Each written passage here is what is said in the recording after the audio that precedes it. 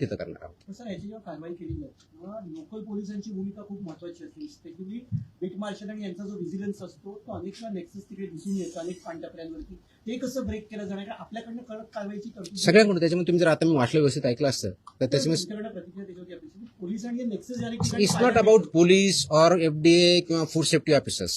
It is the holistic. याच्यामध्ये consume करणारा आहे तेवढा जबाबदार आहे, विकणारा आहे तेवढा जबाबदार आहे, इन्फोर्स न करणारा आहे तेवढा जबाबदार आहे. जो कोणी जबाबदार असेल आपण त्याच्यावरती कारवाई करणार आहोत आणि स्ट्रिक्ट करतोय. तुम्ही गेल्या काही दिवसामध्ये बघितलं असेल, हा ज्यावेळेस प्रोहिबिट केला त्यावेळेसचा उद्देश हाच होता की it's a danger to public health. आणि ते जर टाळायचं असेल, कारण याच्यामधून काय काय आजार होतात हे मी वगैरे सांगण्याची गरज नाही. It's documented, it's in the public domain.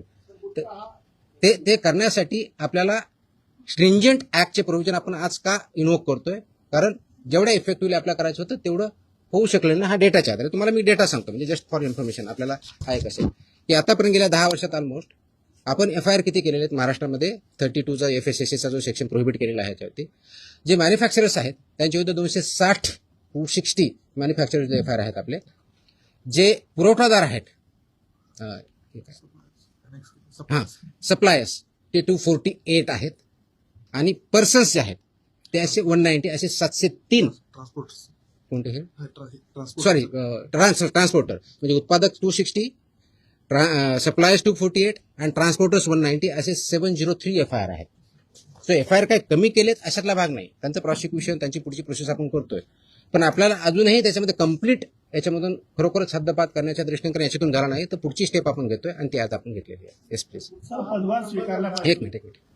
गुटखा हा 2 नंबर धंदा आहे आणि याच्यामध्ये खूप मोठं अर्थकारण आहे आणि त्याच्यामध्ये पोलीस प्रशासन सुद्धा मोठं प्रमाणात, खास करून बॉर्डरवरचे जे जिल्हे आहेत किंवा बॉर्डरवरचे जे पोलीस स्टेशन आहेत तर तिथून मोठ्या प्रमाणात गुटखा सप्लाय होतो. आता मी ज्या भागात महाराष्ट्र जिल्ह्यामध्ये पोलीस स्टेशनच्या मोठ्या प्रमाणात पोलीस प्रशासन काही गाड्यात पकडतं, काही गाड्यात सोडतं. असे आपण मी जे सांगितलंय की दोज हु आर रिस्पॉन्सिबल त्यांच्यावरती आपण कारवाई करणार. कुणी असू द्या, म्हणजे माझे अधिकारी होऊ शकतात, इन्व्हॉल्व जर असतील तर दुसरे कोणी असू शकतात. त्याच्यामध्ये एड्स अबेट हे शब्दप्रयोग आपण जे केलेले आहेत त्याच्यामध्ये त्यांचं इन्व्हॉल्वमेंट जर सिद्ध झालं तर आपण त्यांच्यावरती करा. नाही FIR आतापर्यंत झालेले आहे, पण ते प्रूव्ह करण्यासाठी you are not getting my point. ते प्रूव्ह करण्यासाठी लेट मी आन्सर दॅट. ते प्रूव्ह करण्यासाठी आपल्याला ते डॉक्युमेंटरी एव्हिडन्स लागतील, आपल्याला एव्हिडन्सेस लागतील. असे आपल्याकडे सापडले तर डेफिनेटली आपण कारवाई करू. Let me complete. याच्यामध्ये आमचे काही अधिकारी इन्व्हॉल्व आहेत असं खूप अलिगेशन होतात, कंप्लेन येतात, आम्ही त्या व्हेरीफाय करतो. पुढच्या काही दिवसामध्ये असे काही अधिकाऱ्यांचं इन्व्हॉल्वमेंट आहे किंवा नाही याच्याबद्दलचे इन्व्हेस्टिगेशन आमच्याकडे सध्या चालू आहेत. त्याच्यातून जे रिझल्ट येतील ते आपल्यापर्यंत येतीलच. आपण पदभार स्वीकारल्यापासून